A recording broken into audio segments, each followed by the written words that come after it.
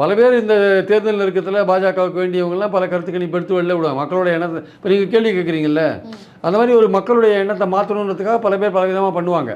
So யார் ஒரு நல்ல ஒரு நிறுவனம் கருத்து கணிப்பு எடுத்துன்னா அப்போ நம்ம ஏற்றுக்கலாம். இப்போ ஓரணியில் திரள்வோம் திமுக வீடு வீடாக போகிறாங்க. அவங்க 1 கோடி பேரை சேர்த்துருக்கேன்றாங்க ஒரு 10 நாள்லேயே.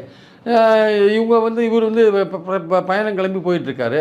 இவர் பயணம் கிளம்பி போகிறது ஒன்றும் பெரிய விஷயம் கிடையாது. தெளிவுபடுத்துங்க. உங்களுக்கு முதல்ல உங்கள் ஓட்டெல்லாம் பிரியும். உங்களுக்கு வர வேண்டிய அதிமுக எதிர்ப்பு ஓட்டுகள்லாம் இந்த வாட்டி விஜய்க்கும் போகுது, சீமானுக்கும் போகுது. உங்களுக்கு எல்லாமே வரப்போகிறதில்ல. உங்கள் கூட்டணி முதல்ல பலமாக இல்லை. உங்களுக்கு உங்கள் கூட யாரும் சேரலை. தினகரனும் ஓபிஎஸும் தனியாக இருக்காங்க. உங்கள் கூட்டணியில் இருக்கிற மாதிரி நீங்கள் கணக்கு காமிக்கல. அவங்க இல்லாத போனால் உங்களுக்கு சவுத்துலேயும் டெல்டாலையும் கடுமையான உங்களுக்கு பிரச்சனைகள் வரதான் செய்யும். அதை நீங்கள் எப்படி சமாளிக்க போகிறீங்கன்னு தெரியாது. அதனால் பாஜகவுக்கும் உங்களுக்கு இருக்க பிரச்சனை இருக்குது. உங்களுக்கு அதிமுக எதிர்ப்பு ஓட்டுகள் முழுக்க உங்களுக்கு வராது.